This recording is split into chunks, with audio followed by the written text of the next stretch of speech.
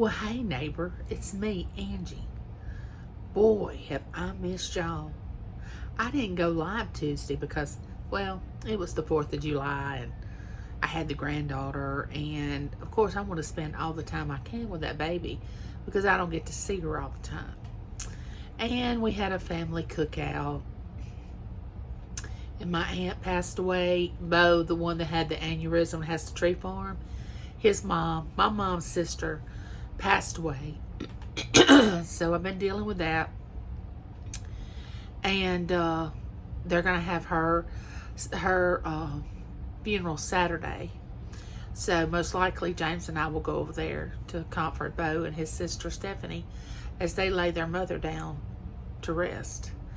But it's been a busy week, but I sure have missed you all so much. It's time for our neighborhood chat. So just go on in there and get your drink and your snack and come on in. Now, you will not believe where I am today.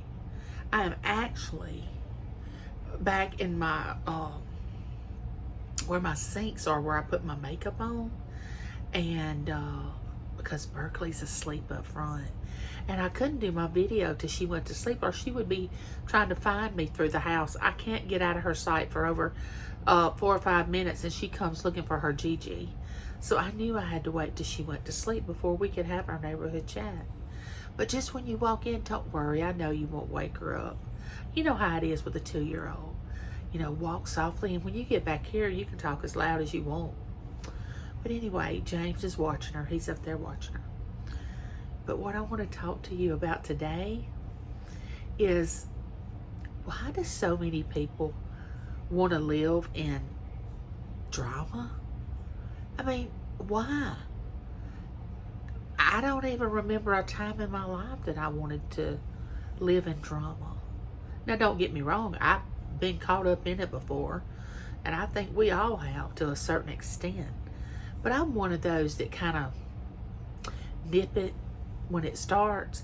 You know, one of those that calls, you know, if there's 5 people involved, I call them all up and we go meet in one place, and we're going to get it all out on who started what and who started talking about who first. And, you know, we're just going to pull it all out and just see who's the most naked in the room when it's all over with, if you know what I mean. And so a lot of people won't start drama with me because I'm one of those people. You know, well, hey, let's just all come together and, you know, act like adults and see who started what. And you know what? It never ceases to surprise me who actually has begun the drama. It's the one that you never really expect that starts it, because when it all comes out and this person gets to tell their side and that person gets to tell their side, the one that has been spreading it around, oh my goodness, is the culprit. And why can't we see that from the get-go? I don't know. But you know what? I don't understand why YouTube has to be a drama zone. You know, I've watched several videos over the last couple of weeks, and these have actually been friends that I consider, you know, YouTube friends. And they've been dealing with this, she said that, he said, she said. You know what? I don't think I could wake up every morning and go through that. Because, you know what, at the end of the day, you nip it in the bud and you move on and start living a positive life. Or back to your positive life. You know, you could get caught up in it and not even realize it. You know, innocently get caught up in the drama and just think, how did I get here? But here's the thing, you can get out of it. You don't have to stay there. It's the ones that keep, you know, stirring the pot. You know, have you ever heard whoever's talking the loudest and the most is the one that's the troublemaker? So just look around and see who's talking the most or trying to keep it going. You know, I dealt with a lot of things when I went to high school. You know, I didn't even see this much drama in high school that I do on YouTube. I'm just thinking, these people are supposed to be adults. And you know what's really, really strange? Is some of these people are Christians like I am. And they read the word on YouTube. they'll have their Bible on YouTube and do devotions and do all that, and they're in the drama. You know, I'm not judging that. I'm just saying, when me as a Christian, that's my faith. You choose your faith. This is mine. I want to live a peaceful life. I don't want to live in drama. I want love, joy, peace, kindness, gentleness, joy. I don't want drama. Now, don't get me wrong. I like a good drama movie. I really do like that. But you know what? YouTube is not a movie. I mean, you're dealing with people's lives when you start rumors that are not true, or you continue rumors that are not true. But I have to warn you, it's going to come back, and people's going to do you the same exact way. And you say, oh, I can handle it. Nobody's going to talk about me and get away with it. Okay. They'll talk about you, and they'll get away with it. But you might let them know that you don't appreciate it. But there's more beautiful things in the world besides being negative. You need to look at the beautiful things that you have. Wake up in the morning and try to do the opposite. If you're into drama, nobody has to prove that they're bigger and badder than anybody else. I find this on YouTube. One person will do a video, the other one will respond, then the other one will come back. People. I wouldn't give anybody the satisfaction of that. And if anybody really knows you, they know you're not caught up in, that you just innocently got caught up in it. But they also know who starts it too. Now, the one that's starting it may think that they're not being exposed, but they are. And what's even sadder is that people tolerate it. They tolerate to let the one continue to just bully and drama to, send drama to other people because they don't want to get involved. Now, don't get me wrong. I don't want to get involved either, because you can find yourself caught up in it. And, someone calling me names, I already know. I've been called things that you cannot even imagine. I have thick skin. I can carry it. I have tough shoulders. I can carry it. It's really not going to bother me at all, because I've been laughed at, joked about, talked about. Oh my gosh, called the worst names you can think of. Yeah, me. I have, because I don't put up with it. I remember this one time, and this actually happened at church with this story that I'm about to tell you. We were trying to vote on a youth director at our church. Now, these votes are secretive. You just mark what you want to, we don't put our name on them. We just mark who we want to, if we want to vote for them, yes or no. Well, one of our other church members went and told another church member who they said I voted for. Now, how would they know who I voted for? And why would they even care what James and I, or who we thought would be a good youth director? I mean, my opinion of somebody might be different than yours. But anyway, the person that was running for the youth came to me and said, why didn't you vote for me? Somebody told me that you voted against me. I said, who? Who told you that? I don't know what you're talking about. James and I were sitting there confused because we didn't even realize why our name got brought up in it. So I said, I told the person, I said, now, as soon as you tell me, I'm going to call this person. And this person's going to, either I'm going to go to their house, your house, or my house. But we're all going to meet up in one room, and we're going to get this straight. Yes, ma'am, I know. I said, okay. So I called this person and asked them. And at first, I didn't tell them that the actual candidate for the youth pastor had come to my house. The person didn't know that. And they said, oh, no, I never said that. I never told him that. I don't know what you're talking about. I said, well, he was just at my house 20 minutes ago. And if you're calling him a liar, then he's the one fibbing, because he actually told me you told him. And he didn't know what to say then. So we happened to be neighbors. The youth pastor that wanted to be youth pastor and I lived maybe 3 blocks apart. I just drive over to his house. And we all met up over there. And we had our little powwow about who said what and where and how. And got it all out in the open. I said, look, I don't even know how our name got brought up in it or why we were so important for you to even care who I voted for. You know, that's just how somebody can pick your name out of a hat and say, oh, she did this or he did that. Now, how do you know it's true unless you actually go to the person? You know, you might think you know the truth. Like this potential youth director thought he knew that I didn't vote for him. But he was wrong. Because somebody else had said, oh, she told me. I don't share any kind of that kind of stuff with anybody. Any kind of vote for political office, any kind of vote at church, anything. I do not share that with anyone. So I knew it was impossible. And I knew the person was telling a fib. Well, I told James, I said, this youth pastor and this guy were supposed to be friends. But they didn't even care about each other because they started turning on each other once they realized that I was going to confront both of them. They started turning on each other. So they wasn't even loyal to each other. But you know what? I want integrity.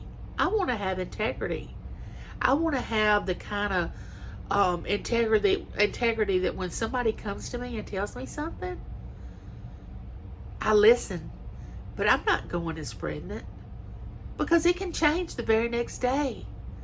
Someone can be angry at somebody and you can start spreading about it, and then those two people can make up. And then you can look so silly out there spreading things that you didn't really know about. Now, some people just want the attention. Now, you have to know that. I mean, they must have lived a sad, lonely life because they just want the attention. But those are the ones we really have to pray for and really try to accept them and ask that maybe they want to be different, because some people just don't want to be different. They want to continue to stir up drama, to make themselves look like the hero in the situation. But I'm here to tell you, I love each and every one of you, and there's nothing you can do about it. And I'm telling you, please stay away from the drama. Don't start drama. Don't bring it on YouTube. Love one another. You know, it's a lot more fun when we love each other than when we don't. You know, if you know somebody's past and it's not as pretty as yours, and they've done something in the past, it's not for you to tell it. It's not for you to tell that. It's their story. Don't go out there and spread things, even if you know for a fact that this person has done things in their past that are not nice. Now, if it's going to harm somebody's life and you go directly to that person that it's going to harm, you don't tell the whole world. It's not for you to tell. You know, love is a lot easier to do than all this drama and this hatred and this bullying. You know, and none of us are better than anybody else. I hate to tell you. You know, I always say, we wipe our hiney the same way, front to back or back to front. And if you do it any different, please put it in the comment. I want to know. No matter how much money we have or don't have, how many times that, people say we're not very attractive or we're beautiful, we're all headed for the same place because we can't take it with us. You know what we know what happens to people when they pass away. They're put into a place that they can't pack up everything that they owned and take it with them. So why don't we want to talk about people for what they don't have, for what they look like? Because you don't want to be the judge, do you? I don't want to be the judge. I mean, I've been the judge in my past, And believe me, it wasn't fun. And I look back now and think, Lord, please forgive me for the people that I've judged and hurt, because I'm just sorry that I ever did that. But try not to do that. Try to love one another. And I mean really love one another. And learn what that word means. You know, because there's different types of love. And we've talked about that before. But the main love that we have to really strive for is that agape love, which God gives. The pure love that loves unconditionally. Not that feel good, I like you, we're friends, or I'm in love with you because I want to marry you or have a relationship. Not that kind of love. Of course we got to have that, so we'll have relationships and replenish the earth. But the kind of love that we should really be striving for is the kind that forgives when somebody hurts you. You know, because all it does is cause you to hold on to it. And look, all those things that's supposed to happen to you that are good, once you feel it with all that anger because you are so mad at someone, if you fill a jar up, you know, with anger, it doesn't have any room to have love or happiness. So you got to pour all that anger and bitterness out and replenish it with good things. You know, don't let it be so toxic. I just want you all to know the joy of spending your life in peace, because I haven't always had that. I hadn't always had peace of mind. I mean, I had to go to a doctor one time because I had insomnia so bad, my mind wouldn't shut down when I went to sleep at night, because I was just worried and anticipating something bad was going to happen, and wondering who was going to talk about me or be ugly to me, or who I was going to have to defend myself for some reason. And all that was just a facade, because people really wasn't attacking me and coming after me, but I felt like they were, because they were only telling me the truth about myself. They were only telling me the truth. And a lot of times we can't handle the truth. And the truth is, you're worthy to be loved. And you're worthy to have as a friend. You're worthy to have joy and peace in your life, and for good things to happen to you. Look, start getting rid of the bad, negative things in your life. I mean, get up in the morning and say 3 positive things about your life. And it might be, you might have to hunt for it to begin with, but then it's going to come so easy. Smile more. Laugh more. Get out and say kind things. Don't always be so defensive. You know, a lot of people, it doesn't matter what you say to them. They think you mean something else. You can say, hello, how are you? And then they think you didn't really mean, hello, how are you? And some people you have to walk on eggshells around. And I really don't like to be around those people, because I like to let my hair down and be me. And joke and laugh and kid. That's the way I am. So please, don't do drama. Love one another. And with that being said, neighbor, I'm going to tell you one more time. I love you, and there's nothing you can do about it.